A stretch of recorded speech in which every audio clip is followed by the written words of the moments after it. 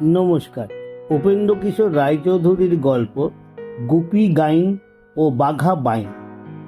তোমরা গান গাইতে পারো? আমি একজন লোকের কথা বলবো। সে একটা গান গাইতে পারত। তার নাম ছিল গুপি কাইন। তার বাবার নাম ছিল কানু কাইন। তার একটা মুদির দোকান ছিল। গুপি কিনা একটা গান গাইতে পারত, আর সে গ্রামের আর কেউ কিছু গাইতে পারত না। তাই তারা তাকে খাতির করে বলতো গুপি গাইন। গুপি যদিও একটা বই গান জানতো না, কিন্তু সেই একটা গান সে খুব করেই গাইত। সেটা না গেয়ে সে তিলেকও থাকতে পারতো না। তার দম আটকে আসতো। যখন সে ঘরে বসে গাইতো, তখন তার বাবার দোকানের খদ্দের সব ছুটে বেড়াত। যখন সে মাঠে গিয়ে গান গাইতো, তখন মাঠের যত গরু সব দড়ি ছিঁড়ে ভাগত। শেষে আর তার ভয়ে তার বাবার দোকানে খদ্দেরই আসে না। রাখালেরাও মাঠে গরু নিয়ে যেতে পারে না। তখন একদিন কানু কাইন তাকে এই বড় বাঁশ নিয়ে তাড়া করতে সে ছুটে মাঠে চলে গেল। সেখানে রাখালের দল লাঠি নিয়ে আসতে বনের ভিতর গিয়ে খুব করে গলা ভাঁজতে লাগে। গুপিদের গ্রামের কাছেই আর একটা গ্রামে একজন লোক থাকত। তার নাম ছিল পাঁচু পাইন। পাঁচুর ছেলেটির বড্ড ঢোলক বাজাবার শখ ছিল। বাজাতে বাজাতে সে বিষম ঢুলতে থাকতো, আর পা নাড়ত, আর চোখ পাকাতো, আর দাঁত খিঁচত, আর ভ্রুকুটি। তার গ্রামের লোকেরা তা দেখে হাঁ করে থাকত আর বলতো আহা হা হা, আহা অহ। শেষে যখন হা হা হা হা বলে বাঘের মতো খেকিয়ে উঠত, তখন সকলে পালাবার ফাঁক না পেয়ে চিৎপাত হয়ে পড়ে যেত। তাই থেকে সকলে তাকে বলতো বাঘা বাইন। তার এই বাঘা নামই রটে গিয়েছিল। আসল নাম যে তার কি, তা কেউ জানত না। বাঘা ঢোলক বাজাতো আর রোজ একটা করে ঢোলক ভাঙত। শেষে আর পাঁচু তার ঢোলকের পয়সা দিয়ে উঠতে পারে না।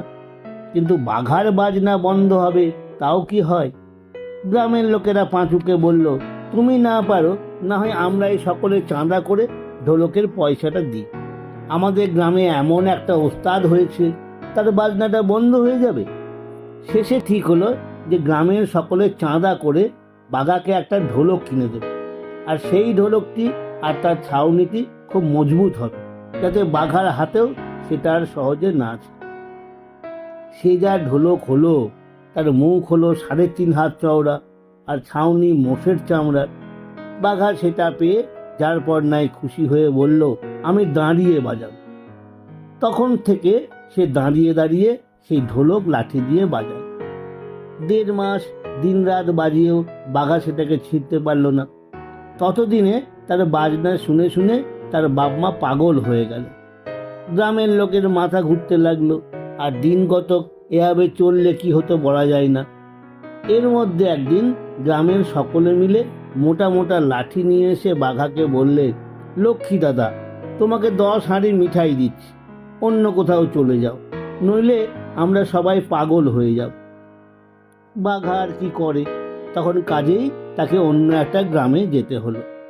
সেখানে 2 দিন না থাকতে থাকতেই সেখানকার সকলে মিলে তাকে গ্রাম থেকে বার করে দিল।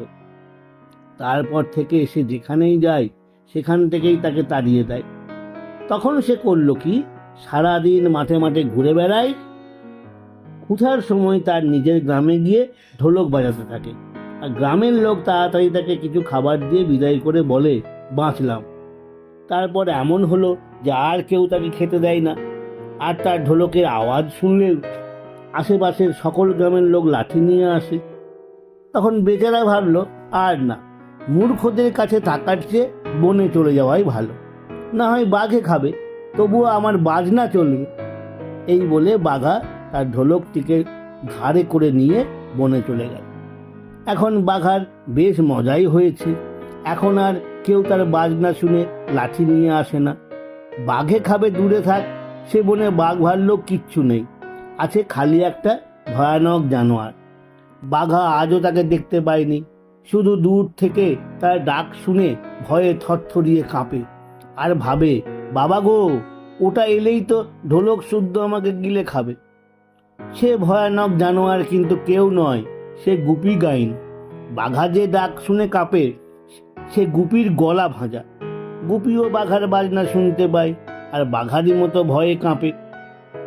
শেষে একটু ভাবল, এ বনে থাকলে কখন প্রাণটা যাবে, তার চেয়ে এই বেলা এখান থেকে পালায়। এই ভেবে গুপি চুপি চুপি বন থেকে বেরিয়ে পড়ল। বেরিয়ে দেখে আর একটি লোকও এক বিশাল ঢোল মাথায় করে সেই বনের ভিতর থেকে আসছে। তাকে দেখেই ভারী আশ্চর্য হয়ে গুপি জিজ্ঞাসা করলো, তুমি কে হে? বাঘা বললে, আমি বাঘা বাইন। তুমি কে? গুপি বললে, আমি গুপি গাইন। তুমি কোথায় যাচ্ছ? বাঘা বললে, যেখানে জায়গা জোটে সেখানেই যাচ্ছি। গ্রামের লোকগুলো গাধা, গান বাজনা বোঝে না, তাই ঢোলটি নিয়ে বনে চলে এসেছিলাম। তা ভাই, এখানে যে ভয়ঙ্কর জানোয়ারের ডাক শুনেছি, তার সামনে পড়লে আর প্রাণটি থাকবে না, তাই পালিয়ে যাচ্ছে। গুপি বলল, তাই তো, আমিও যে একটা জানোয়ারের ডাক শুনেই পালিয়ে যাচ্ছিলাম। বলো তো, তুমি জানোয়ারটাকে কোথায় বসে ডাকতে শুনেছিলে? বাঘা বলল, বনের পূর্ব ধারে, বট গাছের তলায়। গুপি বলল, আচ্ছা, সে যে আমারই গান শুনেছ, সে কেন জানোয়ারের ডাক হবে? সেই জানোয়ারটা ডাকে বনের পশ্চিম ধারে হট্টুকি তলায় বসে। বাঘা বলল, সে তো আমার ঢোলকের আওয়াজ, আমি যে ওইখানে থাকতাম। এতক্ষণে তারা বুঝতে পারল যে তারা তাদের নিজেদের গান আর বাজনা শুনে ভয়ে পালিয়ে যাচ্ছিল। তখন যে দুজনার হাসি, অনেক হেসে তারপর গুপি বললে, ভাই, আমি যেমন গাইন, তুমিও তেমনি বাইন। আমরা দুজনে জুটলে নিশ্চয়ই একটা কিছু করিতে পারি। এ কথাই বাঘারও খুব মত হল। কাজেই তারা খানে কথাবার্তার পর ঠিক করলো যে তারা দুজনাই মিলে রাজামশাইকে গান শোনাতে যাবে। রাজামশাই যাতে খুব খুশি হবেন, তাতে তো আর ভুলই নেই। চাই কি অর্ধেক রাজ্য বা মেয়ের সঙ্গে বিয়েও দিয়ে ফেলতে পারেন। গুপির আর বাঘার মনে এখন খুবই আনন্দ। তারা রাজাকে গান শোনাতে যাবে। দুজনে হাসতে হাসতে আর নাচতে নাচতে একটা প্রকাণ্ড নদীর ধারে এসে উপস্থিত হলো। সেই নদী পার হয়ে রাজবাড়ি যেতে হয়। নদীতে খেয়া আছে, কিন্তু নিয়ে পয়সা চাই। বেচারারা বন থেকে এসেছে, পয়সা কোথায় পাবে? তারা বলল, ভাই, আমাদের কাছে তো পয়সা টয়সা নেই, আমরা না হয় তোমাদের গিয়ে বাজিয়ে শোনাবো, আমাদের পার করে দাও। তাতে খেয়ার চরণদারেরা খুব খুশি হয়ে নেয়েকে বলল, আমরা চাঁদা করে এদের পয়সা দেব, তুমি এদের তুলে নাও। বাঘার ঢোলটি দেখে নেয়েরও বাজনা শুনতে ভারী স্বাদ হয়েছিল। কাজেই সে এক কথায় আর কোনো আপত্তি করলে না। গুপিকে আর বাঘাকে তুলে নিয়ে নৌকা ছেড়ে দেওয়া হলো। নৌকা ভরা লোক, বসে বাজাবার জায়গা কোথায় হবে? অনেক কষ্টে সকলের মাঝখানে খানিকটা জায়গা হতে হতে নৌকাও নদীর মাঝখানে এসে পড়ল। তারপর খানিক একটু গুনগুনিয়ে গুপি গান ধরল, বাঘা তার ঢোলকে লাঠি লাগালো, আর অমনি নৌকা শুদ্ধ সকল লোক বিষম চমকে গিয়ে গড়াগড়ি আর জড়াজড়ি করে দিল নৌকাখানাকে উল্টে। তখন তো আর বিপদের অন্তই নেই। ভাগ্যিস বাঘার ঢোলকটি এত বড় ছিল, তাই আঁকড়ে ধরে দুজনার প্রাণ রক্ষা হলো। কিন্তু তাদের আর রাজবাড়ি যাওয়া ঘটল না। তাই সারাদিন সেই নদীর স্রোতে ভেসে শেষে সন্ধ্যাবেলায় এক ভীষণ বনের ভিতরে গিয়ে কুলে ঠেকল। সে বনে দিনের বেলা গেলেই ভয়ে প্রাণ উড়ে যায়, রাত্রির তো আর কথাই নেই। তখন বাঘা বলল, গুপিদা, বড়ই তো বিষম দেখছি, এখন কি করি বলো তো? গুপি বলল, করবো আর কি, আমি গাইব, তুমি বাজাবে। নিতান্তই যখন বাঘে খাবে, তখন আমাদের বিদ্যেটা তাকে না দেখিয়ে ছাড়ি কেন? বাঘা বলল, ঠিক বলেছ দাদা, মরতে হয়তো ওস্তাদ লোকের মতন মরি, পাড়া গিয়ে ভূতের মতো মরতে রাজি নই। এই বলে দুজনাই সেই ভিজে কাপড়েই প্রাণ খুলে গান বাজনা শুরু করল। বাঘার ঢোলটি সেদিন কিনা ভিজা ছিল, তাইতে তার আওয়াজটি হয়েছিল যার পর নাই গম্ভীর।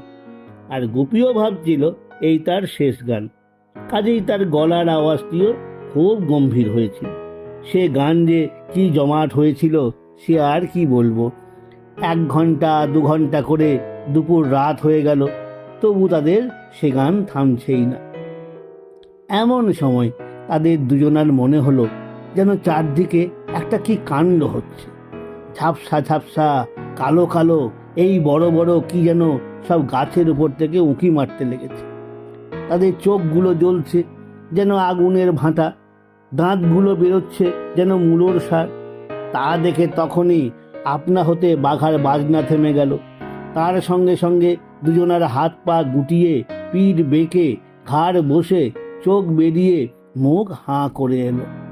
তাদের গায়ে এমনি কাঁপুনি আর দাঁতে এমনি ঠকঠকানি ধরে গেল যে আর তাদের ছুটে পালাবার জো রইল না।